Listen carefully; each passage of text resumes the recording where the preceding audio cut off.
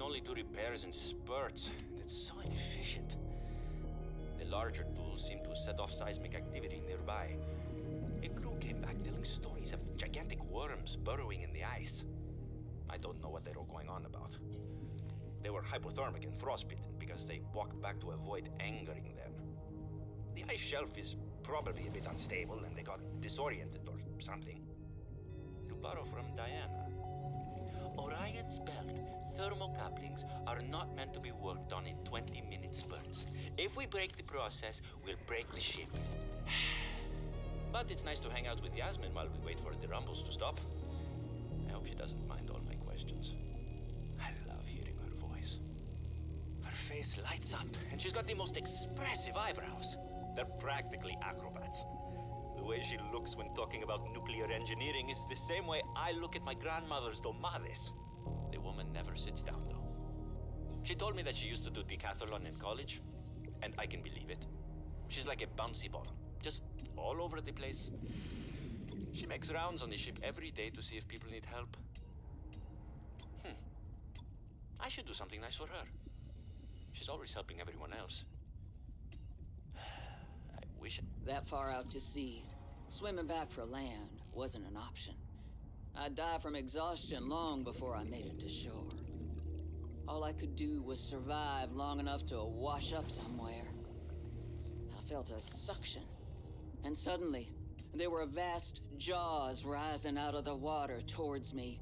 It had taken hours for the Reaper's corpse to float to the surface. Using the knife, I clambered up her flank and got a perch on top. I figured she'd float for a few days at least, enough for me to catch my breath. But would she sink before or after I died of thirst? I had a knife, a repair tool, and 3 liters of water. At least I wasn't gonna die of exhaustion. Now, those Reapers, they're practically all muscle, but there's some fat in there. I was able to keep warm and drink the water. And I didn't have much, but I had that repair tool, so I had a spark. It took a week to light that first fire. And I know more about the burning properties of Reaper fat than I ever cared to.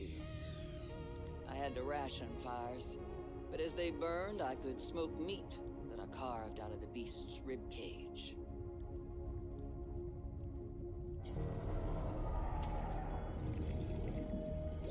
Oxygen.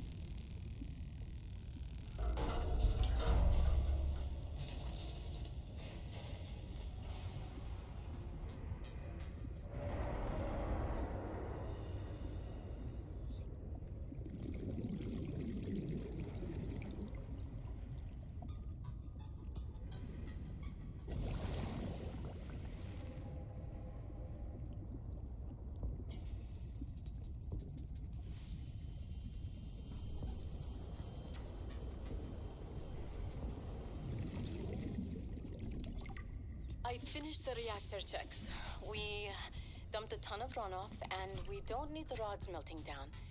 Then I helped with the scavenging, chopped some veggies with the cooks, and tried to help Diana, but she sent me down to engineering with Stefanos. I've been working with him the last few days. Stefanos. How to describe Stefanos? He's by far the most thorough engineer I've worked with, and no ego. He never leaves a job undone, no matter how late it is.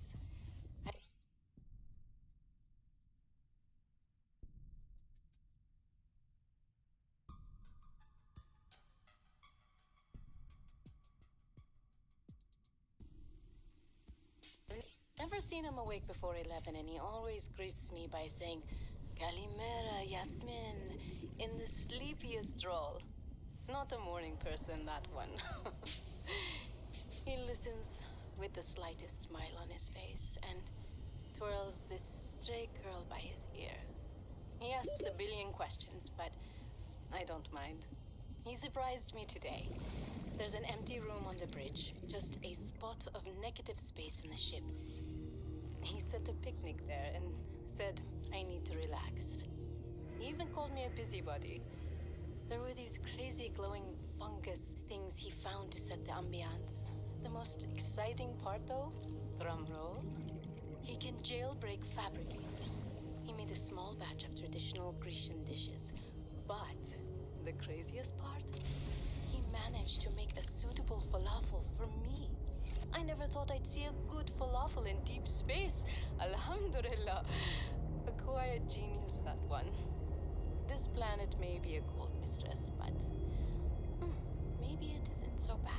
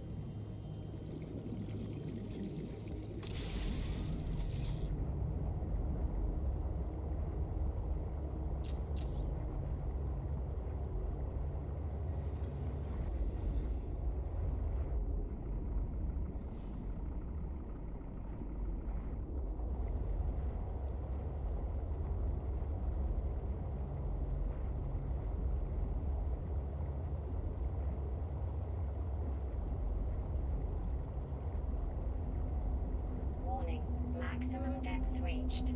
Hull damage imminent.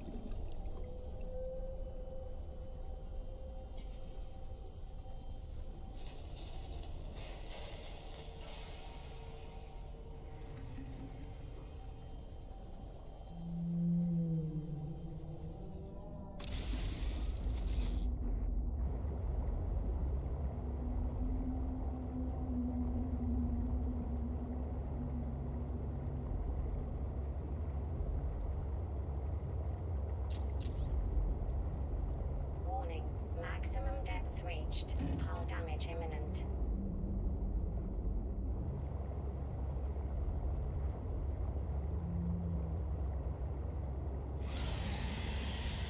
Detecting bow of an astronautical Soltrans Gov vessel nearby.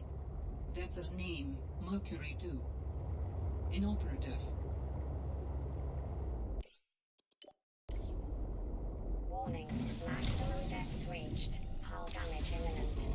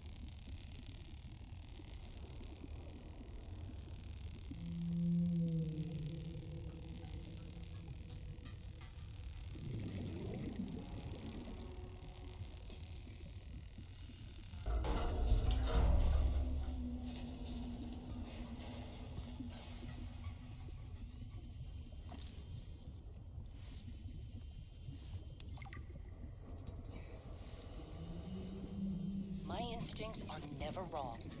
Stefanos has always been overly cautious. He hates taking risks, which I suppose is understandable when you're in the back end of the galaxy. But no risk, no reward. Elliot finds evidence of alien architecture on a completely uncharted planet, and he expects me to ignore that? Huh. Orion's belt. I would be an absolute fool. We've done some scans, and while there aren't a lot of mineral resources on this planet, there is decent biodiversity. Teams go out in the morning. There should be a significant specimen and sample haul for biopatenting, which will be split among the crew as part of the Discovery Clause. Let's see Stefanos and everyone else complain when they have a few more Sol Transgov credits in their uniform pockets. They'll learn to trust my instincts at some point. Oh man, oh man, oh man. This is every xenolinguist's dream. I was helping with the planetary scans, and there are possible unknown structures on the surface. This could set my career up for life. The images are a little degraded coming through the atmosphere, but it looks like intentional and complex architecture, which means civilization, and civilization means language. Oh, man. And now most of the crew wants to get home. I understand that, but this could be a defining discovery. I'm definitely going to put a bug in Diana's ear about going to the surface so I can take a team to explore. I desperately hope this pans out. Oh, I can't wait till we get into communication range with Soul again. Layla and the kids would love to hear this. I mean, it's rough being away from them so long, but this might just make it worth it. I'll be able to give them so much more. Now I just need to build the test override module, and I can disable that satellite tower.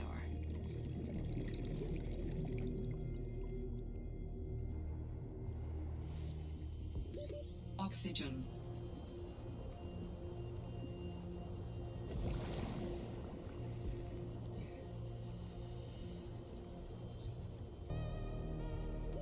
Warning.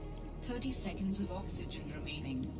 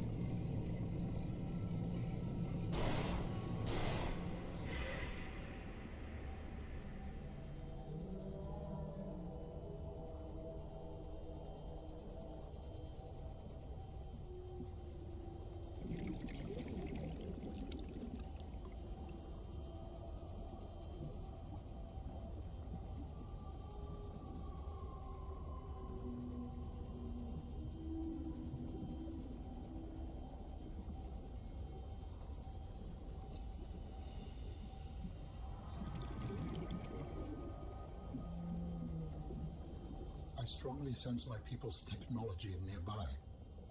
A body component is near.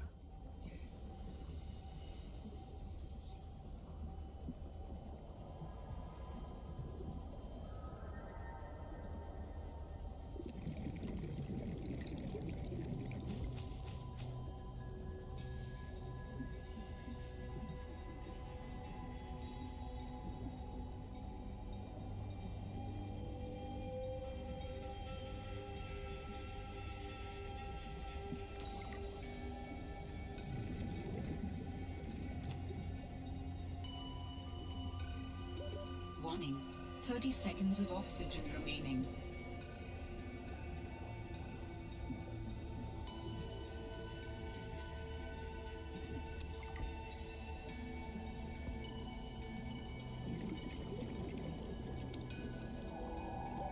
Oxygen.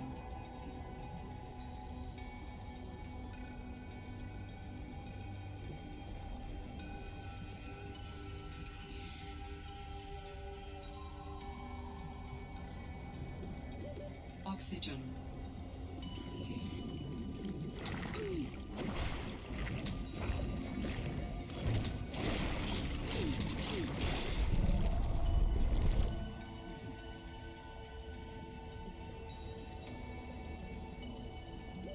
Oxygen.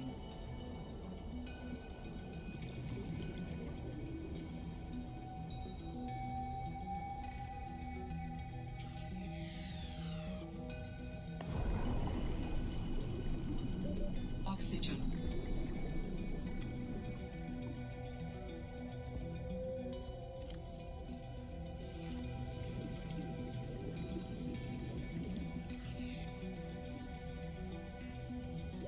Oxygen.